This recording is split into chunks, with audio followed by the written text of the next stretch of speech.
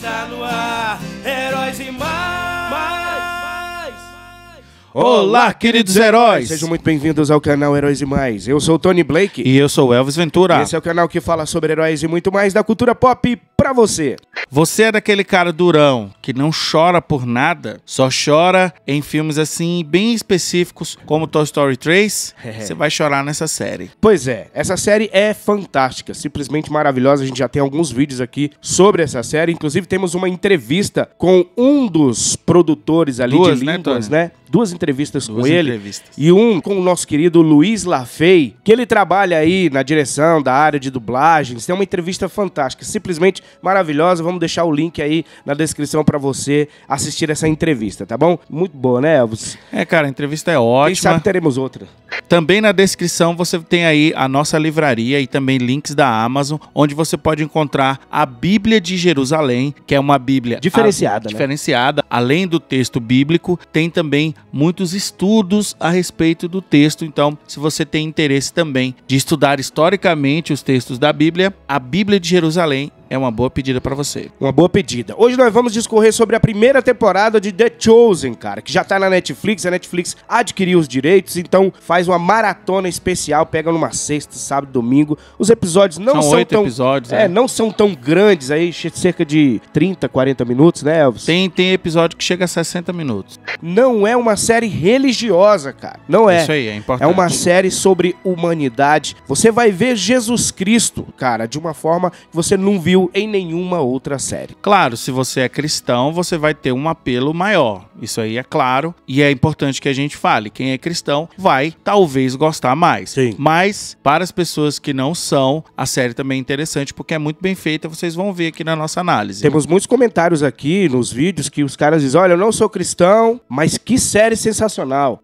A série é do estúdio Angel e ela tem um aplicativo próprio. O estúdio tem um aplicativo e a série também. E pelo aplicativo você assiste de graça, ok? É só você baixar o aplicativo e você assiste. O diretor e um dos roteiristas é o Dallas Jenkins, ok? E a série é feita em financiamento coletivo. A primeira temporada tem 8 episódios, mas agora em dezembro, dia 11, já estreou a terceira temporada, ok? A primeira temporada é dividida em 8 capítulos. Todos os episódios são muito bem feitos, no sentido da produção. Há um cuidado na ambientação e o resultado é muito bom. Haja visto o baixo orçamento dos episódios se a gente comparar com produções aí hollywoodianas. Aprende aí, viu, Anéis de Poder? Quando se tem talento e respeito, esse é o resultado. O elenco é muito competente e nessa temporada destacamos Jonathan Rowling, Eric Avari e Paras Patel, que interpretam respectivamente Jesus, Nicodemos e Mateus. Todo o elenco é muito bom, mas esses são os destaques da primeira temporada. A série narra como o ministério de Jesus foi construído, como ele escolheu os seus apóstolos e os seus seguidores. E no meio da narrativa, vamos conhecendo mais sobre os escolhidos e o mundo que os circundam. Todo episódio tem um prólogo que, de alguma forma, se liga com os acontecimentos narrados naquele episódio em questão. Geralmente são histórias que servirão como suporte para a mensagem que Jesus está passando, ou a mensagem do episódio de uma forma geral. No prólogo do primeiro capítulo, nós começamos com uma família esperando algo e o pai da menina morre, mas não antes de deixar para ela uma mensagem. Nós vemos que essa menina se tornou uma prostituta e que ela é atormentada por demônios e é Maria Madalena. Nós vemos que nem Nicodemos, que é apresentado de forma genial pra gente também nesse episódio, consegue ajudar essa mulher. E a forma que Jesus a salva é de tocar os corações, principalmente daqueles que creem nele. A mensagem central aqui é que Jesus tem a capacidade de conhecer a todos nós pelos nossos nomes. Ou seja, ele sabe tudo sobre a gente, ele cuida de todos nós. E usar Maria Madalena e Nicodemos para expressar isso foi realmente incrível. Pedro, André, Mateus, João e Tiago também são apresentados para a gente neste episódio, todos em suas vidas cotidianas, contudo com uma ligação narrativa entre eles. Afinal, aquele povo acreditava na vinda do Messias de fato, exceto Mateus, que aqui tem uma idiosincrasia interessante. Ele aparenta ter um espectro de autismo, que é um diferencial para gerar conflito com esse personagem e com os outros futuros apóstolos, principalmente simplesmente Simão. Vou destacar aqui que não só nesse primeiro episódio, mas na temporada inteira, Pedro e Mateus realmente me chamaram muita atenção, nos chamaram muita atenção. A forma como os atores interpretam é muito boa, cara. É simplesmente fantástico aí, assim, o que o roteiro quis passar de como esses dois personagens são, é simplesmente legal demais. Essa questão de o Mateus ser um pouco autista, o Pedro ser daquele jeito que conta-se na Bíblia, que ele realmente era meio afoito das coisas, sim, né? Muito bom. Vale salientar que Pedro aqui é chamado de Simão ainda. A gente tá usando Pedro porque a gente conhece mais como Pedro, mas o nome dele, na verdade, é Simão. Jesus vai dar o nome de Pedro só lá na frente. Jesus é apresentado no final do primeiro episódio e no segundo, ele também aparece com mais outros apóstolos já o seguindo. O Pedro, que é Simão, e André são os protagonistas entre os apóstolos nos primeiros episódios. Vemos suas vidas, conhecemos a esposa de Pedro e como eles são explorados pelo Império Romano, principalmente por conta dos impostos. Pedro tem um plano para que suas dívidas sejam sanadas, expor seus pares contra o pretor, assim ganhando a sua confiança e também regalias. Isso gera um dilema moral que Pedro acaba escolhendo o caminho mais difícil. Mateus, como cobrador de impostos, acaba se entrelaçando nessa história, pois não confia nada em Pedro e, ao confrontar o próprio pretor, diz que o mesmo está cometendo um erro ao confiar em Pedro. Vale salientar e destacar que todas as cenas de Mateus, o pretor e seu guarda são muito boas.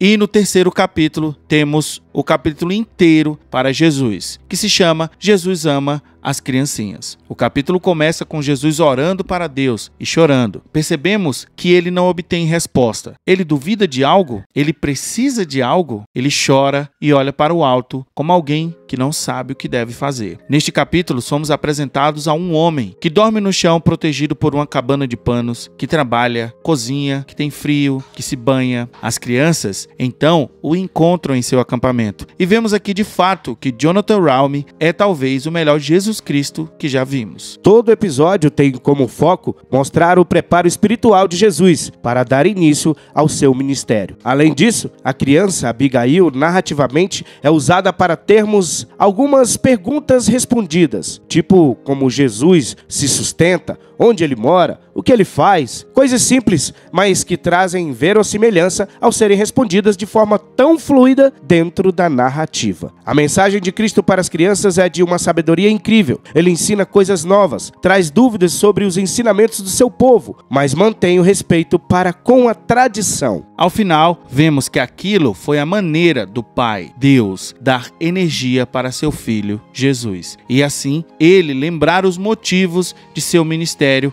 e futuro sacrifício. No final, ele deixa um presente e uma mensagem para a menina Abigail. Você é especial e eu não vim apenas para os ricos. Voltando para Cafarnaum, temos o momento que Pedro escolhe não expor os seus pares. Ele será preso se não pagar as suas dívidas, já que não cumprirá a sua parte no acordo com o pretor. E vai pescar à noite, pois não tem mais o que fazer. Ele não consegue pescar nada e duvida de seu Deus. André, João e Tiago chegam para ajudá-lo. Contudo, a noite passa e nada é pescado pelos homens. Mateus está seguindo Pedro por ordem do pretor e está na praia, vendo ao longe os homens do barco. No outro dia, Jesus está ensinando um grupo na praia e vemos aqui o momento do milagre que faz Pedro voltar à sua crença e se ajoelhar na frente de Jesus. Mateus também presencia o ato e fica incrédulo com tudo. Jesus chama Pedro para segui-lo e também André, João e Tiago. Entre os vários acontecimentos, temos o próprio Nicodemos querendo encontrar o homem que curou Maria Madalena, pois ele sabia que ninguém, além do próprio Deus, poderia expulsar a legião de demônios que atormentava a pobre mulher. Mateus, depois de apreciar tudo, também fica pensando em Jesus e o milagre que acabou de ver. À medida que os capítulos vão passando, nós vemos os milagres iniciais,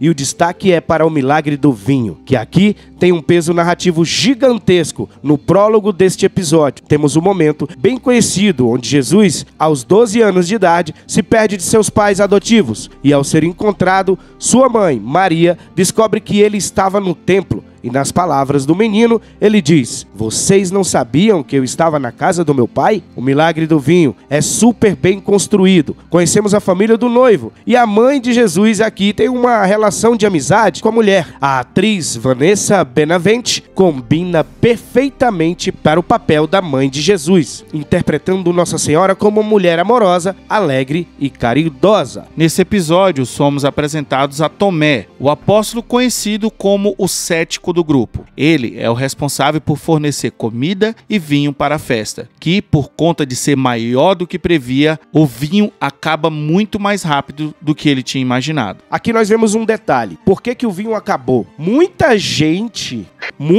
foi chegando e eram mais convidados do que previam. Isso, muito mais. Isso é muito interessante você... Quase o triplo, né? Cara, isso é muito interessante você ver, né? Você saber por que o vinho acabou, né? Você fica pensando assim, ao ler a Bíblia, você fica pensando, esse pessoal era muito bebarrão. Bebiam também, mais né? do que tinha. Mas também, né? Isso é porque tinha mais gente. Mas aqui mostrou a quantidade de pessoas que não estava prevista na festa, cara. Eu achei legal o Tomé ser tipo um buffet, né? Ele trabalha tipo num buffet, né? Sim, é um mestre de cerimônias. Não, tem um mestre de cerimônias, mas ele é o cara que trabalha no buffet. Ele era o cara que cuidava do buffet. Do vinho e da carne, da comida, ele e a moça, né? Que é como se fosse o par romântico dele ali. Tudo isso traz verossimilhança, cara. Pra quando você tá assistindo, você perceber as coisas, os detalhes, entendeu? Isso. A relação dos pais, dos noivos também é muito bem feita, né, cara? Sim, você fica perguntando por que Jesus estava ali naquela festa, né? A Maria é amiga da mulher. Muito bom, muito bom. Da mãe, cara, do noivo. São licenças poéticas que são usadas pra quê? Pra trazer... liga, cara. Pra trazer liga, não é pra distorcer o texto. Temos uma relação apresentada entre os pais dos noivos, que serve para gerar empatia em todos nós, pois os pais da noiva são ricos e os pais do noivo são de classe social bem abaixo. E acabar o vinho no auge da festa faria com que a relação entre as duas famílias começasse muito mal. O pai da noiva é extremamente snob. Jesus e seus apóstolos estão na festa e Pedro já toma seu papel como um tipo de líder, mesmo que Jesus ainda não o tenha colocado nesse posto. Maria descobre o que aconteceu com o vinho e pede para seu filho fazer alguma coisa. Jesus reluta, mas ela usa a própria frase que Jesus falou para ela quando era menino. Se não agora, quando? Tomé estava desolado e Jesus chega. Então, Jesus fala para Tomé que é bom ele ter dúvidas e que será assim muitas vezes. Então, o milagre dos vinhos é feito. E neste momento, vemos que Jesus sabe que a partir dali, realmente o seu ministério começou. E aquele vinho é o melhor vinho da festa. E certamente o melhor vinho que alguém já bebeu na vida. Nós vemos mais 2 milagres no episódio Compaixão Indescritível. O milagre com o leproso, que tem seu gancho preparado no prólogo desse episódio, e o momento desse milagre é nada menos que emocionante. Esse milagre gera outro gancho, pois uma moça do Egito, que está também na estrada para Cafarnaum, vê o milagre e por conta disso leva seu amigo aleijado para que Jesus o cure. Mas antes disso acontecer, temos vários momentos com os fariseus, Nicodemos, os romanos e até João Batista, que mais na frente tem uma conversa muito interessante com Nicodemos, que, como falamos, está procurando o homem que curou Maria Madalena e pensa que João Batista poderia ser esse homem, ou saberia quem é esse homem. João, da sua forma, tenta explicar a Nicodemos, mas nesse momento ele não consegue compreender. O milagre da cura do aleijado acontece e os fariseus presenciam. Tudo é bem construído e quase todos os personagens apresentados na série estão nesse momento. Jesus encara os fariseus e fala como se lesse os pensamentos de um deles. Os soldados romanos são chamados para conter a multidão que se formou na frente da casa onde Jesus estava. Todos eles fogem e Mateus, que também estava lá, vai atrás de Jesus, que antes de fugir, olha para ele. No final da temporada, nós temos mais 2 momentos de destaque. A conversa de Cristo com Nicodemos, que os 2 melhores atores da primeira temporada protagonizam juntos. Uma conversa muito cativante. Jesus convida Nicodemos, mas não antes de mostrar a ele muitas coisas que ele precisa saber. Nicodemos chora, pois sabe que está em solo sagrado, pois o Cristo está ali diante dele. Mateus, enfim, é chamado por Cristo para segui-lo. E temos o famoso jantar na casa do cobrador de impostos, que nesse caso é o próprio Mateus. A conversa com a samaritana é o momento escolhido para finalizar a temporada. Como sempre, a narrativa mostra a vida da samaritana antes de nos apresentar a conversa com Cristo. Da mesma forma, esse episódio usa a estrutura do prólogo. No caminho para Samaria, mesmo que os apóstolos sejam contra, Jesus quer passar na cidade e no meio do caminho encontra a mulher no poço e conversa com a mulher e diz exatamente o que ele é. Mostra um pouco da sua sabedoria divina, pois sabe como foi a vida daquela mulher. A cena é emocionante. A mulher se emociona, pois sente a misericórdia de Deus e corre e vai dizer para todo mundo quem aquele homem é. Nessa conversa de Jesus com a samaritana, é desvendado aqui de uma forma muito legal na narrativa nos apresentada o porquê que Jesus falou da água viva, o porquê que ele disse que era a água viva para aquela mulher. E cara, Elvis, eu entendi essa passagem muito melhor do que lendo a própria Bíblia, sério?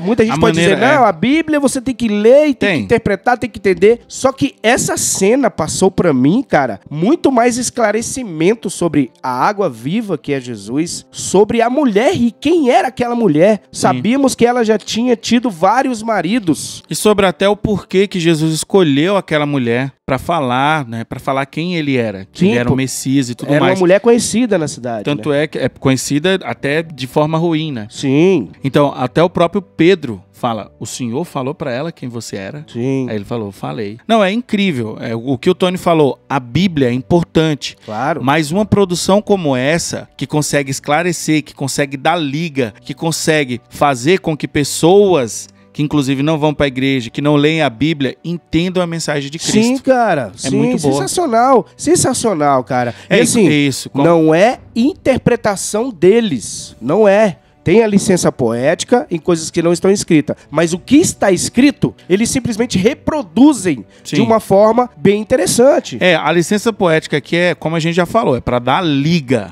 Não distorce nada. São coisas que não estão escritas. Espero que vocês tenham gostado aí da nossa análise da primeira temporada. Escreve nos comentários se você quer que a gente faça a segunda aqui e a terceira já está no aplicativo. Lembrando, é um financiamento coletivo. Não tem dinheiro público. Não tem dinheiro público, não tem dinheiro de grandes estúdios. São as pessoas que financiam essa obra. Vai lá no aplicativo, tem no Play Store e no Apple Store, The Chosen, coloca lá, que você vai assistir a primeira, a segunda temporada e a terceira já foi lançada, dublado e legendado na sua língua. Se você gosta de uma boa história, bem construída, The Chosen é uma boa pedida. Um abraço do Tony. E um abraço do Elvis. A gente se encontra no próximo vídeo, não esquece, você também é um herói. E você também é uma heroína. Tchau, tchau. Tchau. Está no ar.